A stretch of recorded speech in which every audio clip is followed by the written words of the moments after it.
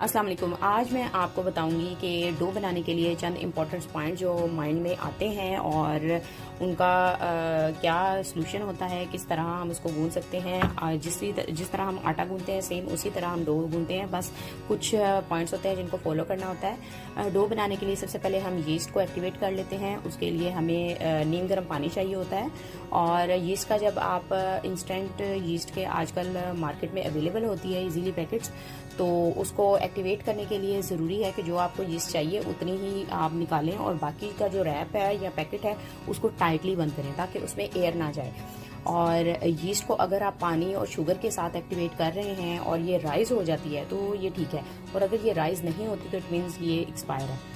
और सेकेंडली मैं आपसे ये भी डिस्कस करूँगी कि जब हम डो बनाते हैं तो डो बनाने के लिए आप जो ऑयल यूज़ करते हैं वो उसमें स्मेल नहीं होनी चाहिए, कोई किसी किस्म की फ्रेगनेंस नहीं होनी चाहिए।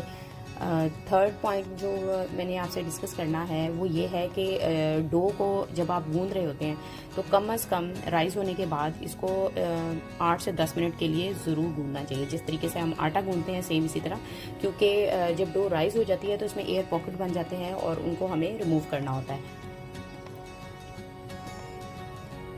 और जब हमारी जो यीस्ट है वो एक्टिवेट हो जाती है तो उसको ग्रेजुअली अपनी डो के मिक्सचर में ऐड करें, इकट्ठा फ़ौरन से ऐड नहीं करना।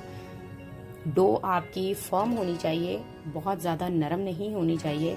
उसको आप चाहे मशीन की मदद से गूंदें या हाथों की मदद से गूंदें, आपने हमेशा नीम गर्म पानी ही यूज़ करना है।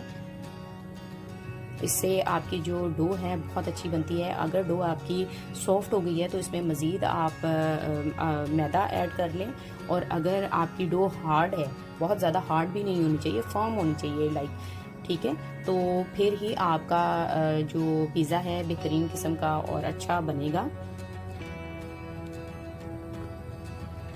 डो जब तैयार हो जाती है तो इसका जो नेक्स्ट स्टेप आता है वो आता है प्रूफिंग का। प्रूफिंग क्या होती है? प्रूफिंग बेसिकली ये होती है कि जब आपकी डो रेडी हो जाती है तो आपने उसको राइस होने के लिए एक वार्म इन्वायरमेंट देना होता है।